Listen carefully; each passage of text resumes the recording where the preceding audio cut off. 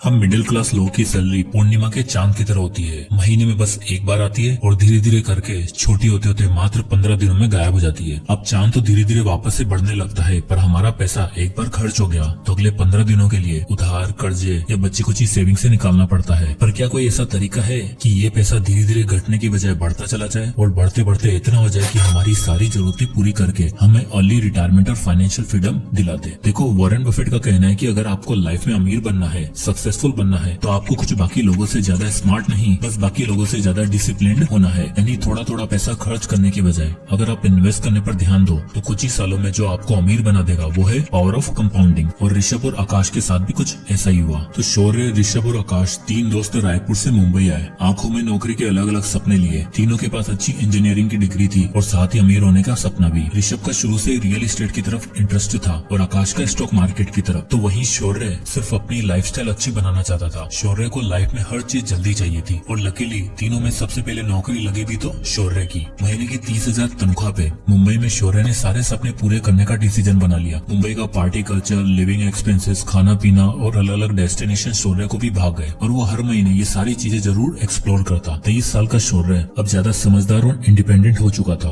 उसे फैमिली तो चलानी नहीं थी, बस अपना करियर बनाना था। इसलिए उसने ऋषभ और आकाश से अलग रहने का डिसीजन लिया, जहाँ उसके बाकी ऑफिस कलीग भी रहते थे। आए तो तीनों साथ थे, पर शौर्य अब अपने ऑफिस के पास वाली सोसाइटी में एक अपार्टमेंट में रहने लग गया था, जहाँ का रेंट था 10 से 12 हजार रूपए और ये जगह उसके ऑफिस से नजदीक भी थी। वहीं आकाश और ऋषभ ओल्ड पनवेल में रहते थे, जहाँ रेंट और प्रॉपर्टीज काफी सस्ते और अपॉर्चुनिटी ज्यादा। अब ऋषभ को शुरू से रियल एस्टेट में इंटरेस्ट था और जब वो पनवेल शिफ्ट हुआ तो शुरू के 3-4 महीने उसके पास नौकरी नहीं थी। वो अपने पिताजी से पैसे मंगवाकर अपना खर्चा चलाता। अब ऋषभ सिर्फ नौकरी नहीं ढूंढ रहा था, वो पनवेल में और नवी मुंबई में रियल एस्टेट प्रॉपर्टी पर स्टडी कर रहा था। 2009 में 23 साल का ऋषभ 10 रुपए की चाय और वड़ा पाव पर गुजरा करके इतनी इन्फॉर्मेशन हासिल कर चुका था कि बस उसे एक बड़ी न्यूज और एक बड़े अमाउंट की जरूरत थी। ऋषभ को पता चला कि नई मुंबई अगले 10-15 सालों में खूब डेवलप होने वाली है। यहाँ मेट्रो आने वाली है और ये ओल्ड पनवेल भी नवी मुंबई के डेवलपिंग हिस्सों में आने वाला है। तो ऋषभ ने एक रियल एस्टेट कंपनी में नौकरी पकड़ी, जहाँ उसकी तनख्वाह बहुत कम थी, मात्र 15,000 रूपए, पर इन्फॉर्मेशन का भंडार था। सडनली ऋषभ को पनवेल में एक ऐसी प्रॉपर्टी मिल गई जहाँ कंस्ट्रक्शन शुरू होने वाला था और वहाँ लैंड अलॉट हो रहे थे। ऋषभ ने अपने पापा को फोन करके 15 लाख रूपए इस प्रॉपर्टी में इन्वेस्ट करने के लिए कहा और ये वादा किया कि 10 साल के अंदर अंदर यहाँ डेवलपमेंट होने वाला है और हम इसी 3-4 प्रॉपर्टी खरीद के पूरी तरीके से फाइनेंशियली फ्री हो जाएंगे। अब एक इंडियन फादर कहाँ मानने वाले थे, पर कैसे भी करके ऋषभ ने उन्हें कन्विंस किया और 15 लाख रुपए डलवा लिए। साल 2011 में वो प्रॉपर्टी बनकर तैयार हो गई। उसके साथ ही वहाँ शॉपिंग कॉम्प्लेक्स, हॉस्पिटल, स्कूल बना। ऋषभ ने वो प्रॉपर्टी रेंट पर डाली और 2% का रेंटल यील्ड निकाला। अब ऋषभ की प्रॉपर्टी का दाम बढ़ते जा रहा था और शुरुआती 5 सालों में उसकी प्रॉपर्टी ने रंग दिखाना शुरू कर दिया और 5 साल में उसकी प्रॉपर्टी की वैल्यू 30,17,000 हो चुकी थी और उसे मंथली 60,000 रूपए रेंट आने लग गया था। साथ ही उसकी जॉब भी अच्छी होती जा रही थी। ये दिखाता है कि ऋषभ ने पैसा कमाने से भी पहले उसको ऐसी जगह इन्वेस्ट करने के बारे में सोचा जहाँ उसको फ्यूचर में इनकम आती रहे। वहीं दूसरी तरफ शौर्य 2011 में 25 साल का हो चुका था और अब उसकी लाइफ पूरी तरीके से चेंज हो चुकी थी। उसे मुंबई की फ्लैशी कल्चर की आदत लग चुकी थी और अब वो लाइफ के बड़े बड़े परचेज बिना कुछ सोचे समझे करने लग गया था। 50,000 सैलरी होने के बाद और 3 साल नौकरी करने के बाद शौर्य हर वो काम करने लग गया था जो उसके कलीग किया करते। उसके दोस्तों ने गाड़ी खरीदी तो शौर्य का भी मन हुआ कि अपनी गाड़ी ली जाए। भाई साहब शोरूम में जाते हैं और इन्हें पसंद आती है 6 लाख रुपए की सेडान गाड़ी। अब 6 लाख रुपए एक साथ तो नहीं थे, तो बनवा ली EMI। और अब आप यहाँ देख ही सकते हो कि रेंट के साथ साथ शौर्य का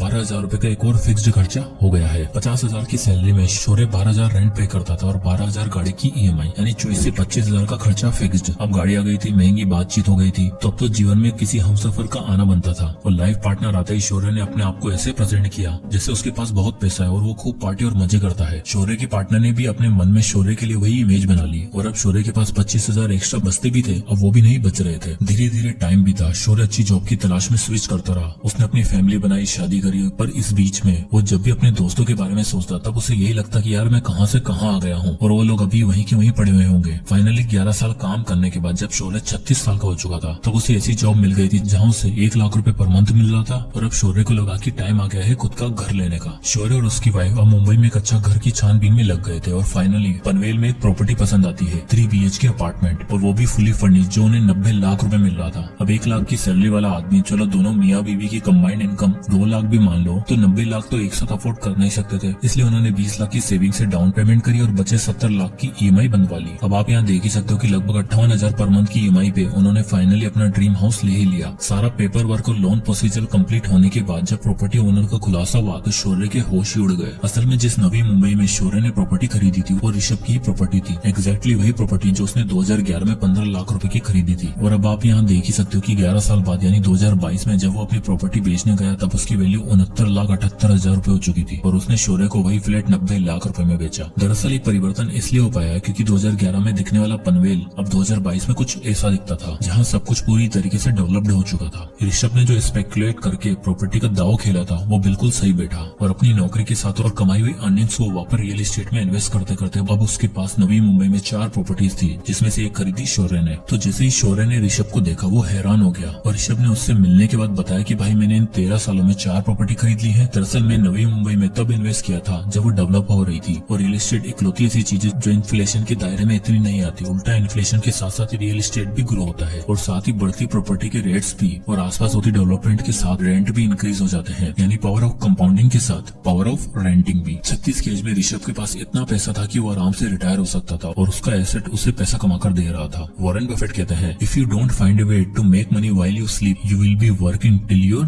लास्ट ब्रेथ। और कुछ ऐसा ही हाल था शौर्य का। इन दोनों में बातचीत चली रही थी कि इतने में आकाश का जिक्र हुआ। शौर्य ने पूछा कि आकाश कहाँ है आजकल, नौकरी के लिए कहीं धक्के तो नहीं खा रहा। तो ऋषभ ने बताया नहीं भाई उसकी गेम तो एकदम अलग है। उसने 2 साल नॉर्मल जॉब करने के बाद दलाल स्ट्रीट में नौकरी करी और अब वो वहीं पर प्लेस्ड है। रुक उसको भी बुलाता हूँ। आकाश का इंतजार करते हैं। शौर्य और ऋषभ दोनों एक होटल में बैठे हुए थे। तभी आकाश एक ट्रू जेंटलमैन सेंस में अपनी गाड़ी से उतरता है और दोनों से बड़े दिनों बाद मिलकर बहुत खुश होता है। आकाश का सिंपल वे ऑफ लिविंग देखकर शौर्य पूछता है कि भाई तुम्हारा क्या हाल है, लाइफ में कुछ हुआ कि नहीं, पैसा रुपया कमाया कि नहीं ढंग से। इस पर आकाश बड़ी ग्रेसफुली रिप्लाई करता है कि भाइयों बस अगले 5 सालों में रिटायर होने वाला हूँ। शौर्य मन ही मन सोचता है कि एक साला रिटायर भी हो गया है और एक 5 साल बाद होने वाला है और मैं अकेला अगले 20 साल तक घर की ईएमआई भरने के लिए काम करूंगा क्या। आउट ऑफ क्यूरियोसिटी शौर्य पूछ ही लेता है कि भाई 5 साल में कहीं लॉटरी तो नहीं लगने वाली। इस पर आकाश उन दोनों को अपनी लाइफ स्टोरी बताता है। कहता है कि मेरी कोई लॉटरी नहीं लगने वाली बल्कि मैं सेविंग्स रूल और कंपाउंडिंग रूल की मदद से पैसा कमाया है और अब इतना हो चुका है कि बस 3-4 साल बाद रिटायर हो जाऊंगा। तो आकाश कंटिन्यू करते हुए बताता है कि हुआ यूं कि मेरी पहली नौकरी लगी एक ट्रेडिंग कंपनी में एज एन IT टेक्नीशियन। वहाँ मेरा काम तो अलग था पर मैंने स्टॉक मार्केट के कुछ दाव पेश सीखे और अपनी 25,000 की सैलरी में से कुछ पोर्शन सेव करके इन्वेस्ट करता रहा। इन्वेस्ट करने के लिए मैंने जिस सेविंग मेथड का यूज किया था वो था 50-30-20 रूल। मैंने 25,000 की सैलरी में से 50% हिस्सा अपने नीड्स के लिए रखा, 30% वॉन्ट्स और एंटरटेनमेंट सोर्सेज के लिए और बाकी बचा 20% यानी 5,000 रूपए SIP के थ्रू इन्वेस्ट किया। आकाश ने बताया कि उसे सबसे पहले मार्केट के बारे में सीखना था और इन्वेस्टमेंट के लिए जो सबसे बेस्ट चीज थी वो था इंडेक्स फंड। इसलिए उसने 5,000 रूपए इंडेक्स फंड में SIP करने का फैसला लिया। इंडिया में निफ्टी 50 इंडेक्स फंड सालाना 10 से 12% का रिटर्न देता है और स्टॉक इस बीच में कैसे परफॉर्म करते हैं आकाश ने अच्छे से सीख लिया था। 5 साल इन्वेस्ट करने के बाद और स्टॉक मार्केट के बारे में सीखने के बाद आकाश को समझ आ चुका था कि अब अगर पैसा कमाना है और अर्ली रिटायरमेंट चाहिए तो अपना बिजनेस बिल्ड करने के साथ साथ इन्वेस्टिंग शुरू करनी होगी। आकाश अब अपनी जॉब के साथ साथ फ्रीलांस फाइनेंशियल असिस्टेंट भी दिया करता था। 28 की उम्र में जहाँ लोगों को समझ नहीं आता कि UPSC की पढ़ाई करें या नौकरी करें, वहीं आकाश 3 काम करके पैसा कमा रहा था और महीने का 1 से 1.25 लाख रुपए अर्न कर रहा था। इसके बाद आकाश ने बताया कि सबसे पहले मैंने जो 5 साल SIP से पैसे बनाए थे उसको मैंने विड्रॉ किया। उसने बताया कि 5 सालों में उसने निफ्टी 50 इंडेक्स फंड जो उन्हें एवरेज सालाना 10 से 12% का रिटर्न दे रहा था वहाँ से उसके 5,000 रूपए 10% के स्टेप अप से 5 सालों में 4,92,000 रूपए बन चुके थे। इन 4,92,000 में से उसने 8,000 एक्स्ट्रा एड किए और सबसे पहले 5 लाख रुपए की लमसम इन्वेस्टमेंट करी स्टॉक्स में। इस स्टॉक पोर्टफोलियो में उसे 17% का एवरेज रिटर्न मिल रहा था और आप 10 साल बाद देख ही सकते हो उसके पास कितना पैसा हो चुका होगा, 24 लाख रुपए। पर आकाश जानता था कि अर्ली रिटायरमेंट के लिए सिर्फ इतना काफी नहीं था, इसलिए उसने निफ्टी 50 इंडेक्स फंड में फिर से SIP करने का फैसला किया पर इस बार 5,000 की नहीं बल्कि एक तगड़े अमाउंट की। आकाश चाहता था कि वो मात्र 10 से 12 साल में 1 से 1.5 करोड़ के अमाउंट को सिक्योर करने के बाद रिटायर हो जाएगा, जिसके लिए उसने डिसाइड किया कि हर महीने वो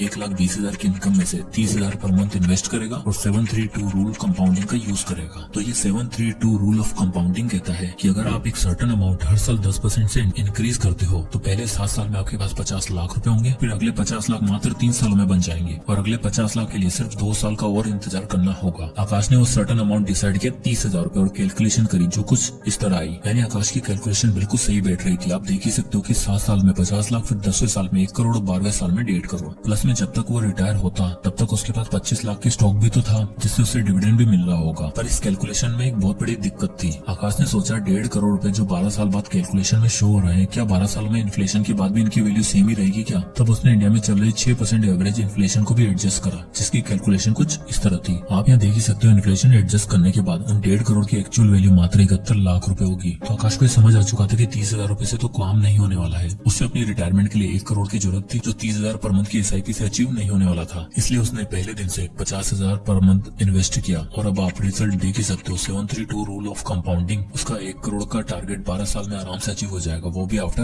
इन्फ्लेशन। यानी अगर तीनों दोस्तों में देखा जाए तो आकाश ने बाकी दोनों को आराम से आउटप्ले कर दिया। चलो ऋषभ को तो रियल एस्टेट में पावर ऑफ कंपाउंडिंग देखने को मिल गई और 36 की एज में वो फाइनेंशियली फ्री भी हो गया। अब देखो रियल एस्टेट में आपको बल्क में कैपिटल चाहिए, जो सही टाइम पे ऋषभ के पापा ने डाल दी। पर आकाश की टेक्निक और मल्टीपल इनकम सोर्सेज से पैसा कमाने की अप्रोच सबसे ज्यादा रियलिस्टिक और एप्लीकेबल लगती है, जिसको शौर्य ने कभी समझने की कोशिश ही नहीं करी। अभी 36 की एज में ऋषभ रिटायर हो चुका था और आकाश भी 3-4 साल बाद रिटायरमेंट लेने ही वाला था। पर शौर्य वो तो भी 20 साल और नौकरी करेगा, क्योंकि उसके घर की ईएमआई जो चुकानी है, बच्चे का महंगा स्कूल में एडमिशन करवाया है, उसकी फीस भी भरनी है, और जो महंगी लाइफस्टाइल शुरू से बनाई थी उसे मेंटेन भी तो करना है, जिसमें आराम से 1 से 1.5 लाख रुपए खर्च हो ही जाएंगे। ये एक सबसे बड़ा डिफरेंस है रिच और मिडिल क्लास माइंडसेट के लोगों में। मिडिल क्लास माइंडसेट के लोग पैसा आते ही उसे 10 जगह खर्च करने की सोचते हैं। आप में से कितने ऐसे होंगे जिनकी सैलरी आने से पहले एक शॉपिंग लिस्ट रेडी होती है? कमेंट में यस लिखो। वही एक रिच माइंडसेट वाला इंसान सोचता है कि कितने सोर्सेज से पैसा कमाया जा सकता है और ले रिटायरमेंट कैसे ली जा सकती है। यानी मिडिल क्लास लोगों के पास होता है power of loans and EMIs, जो उन्हें एक दिन बर्बाद कर देता है। वही अमीर लोगों के पास होता है पावर ऑफ कंपाउंडिंग, जो उन्हें आबाद और फाइनेंशियली फ्री बना देता है।